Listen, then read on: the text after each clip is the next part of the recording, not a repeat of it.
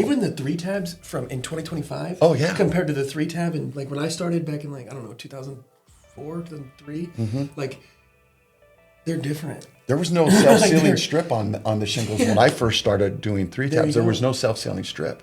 You just laid that shingle down if there was any wind. Yeah, I just remember like picking them up and they would flop, like they just flop right over. Because I worked for a builder and I did.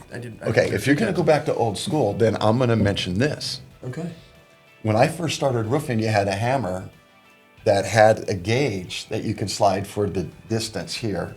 So you know set your how far gauge. over. But it also had a knife blade at the end that you could interchange to cut the shingle. So you didn't have to set your hammer down and reach for a knife. You could do it all with the hammer. Nice. But when I first started, you'd reach in your tool pouch for a handful of nails, and you'd get one nail at the end of the thumb and tap it down and then like this. And then they came out with this new invention called a nail stripper. That is a metal box that hangs from the thing, and it has rows, and you can pull out the nails and boom, boom, boom, boom, boom. Believe it or not, at Apex we have used nail. We've done that before. Some people, when you get down into the coast, like so, we did a roof out in Corpus Christi like 3 or 4 years ago. It was before you were with us, Bob.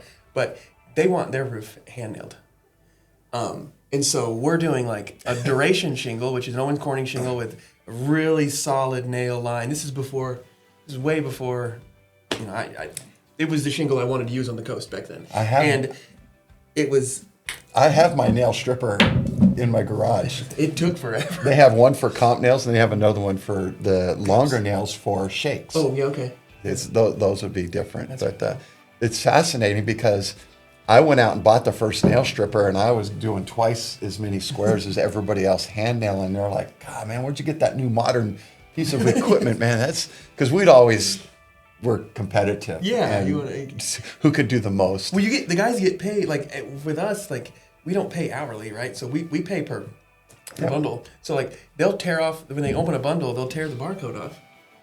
Back, I don't know if they do it anymore, but back a long time ago, they would tear the barcode off and they'd turn the barcode in, and they get paid every 3 barcodes that they turn in. It's a square. Yep. And you pay them per square. So like they're super competitive, man. They were like, well, ours back in the day, you're not allowed to open 2 bundles at once. Like so, you open the bundle, finish, open the bundle, finish, open the bundle, finish it. So like they're like fighting over who, you know. Now you're getting me all excited. It's so fun because when I was roofing, it started. The shingles were wrapped up in paper. Oh yeah, and you just tear off the corner of the paper and stick it in your pocket.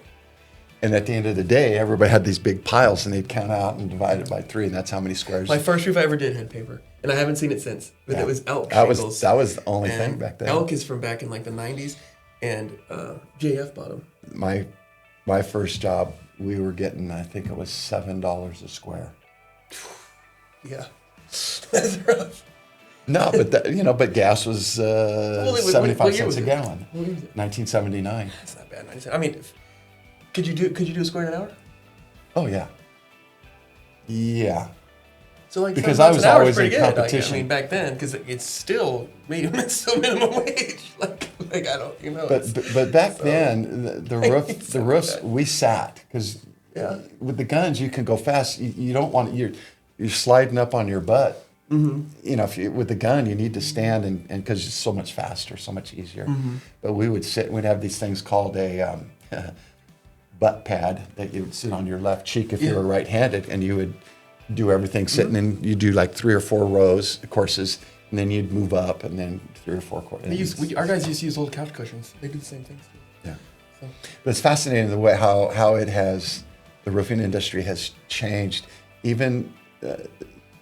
In California, and I haven't seen really many here, it was either asphalt shingles or it was wood. And there was 2 types of wood: the wood shingles, really thin, cut by a machine, and shakes, which were split. Yeah. And they had medium and heavy shakes, and but with the fires and stuff, they don't. For now, Adam and Bob signing off. Thank you so much for watching.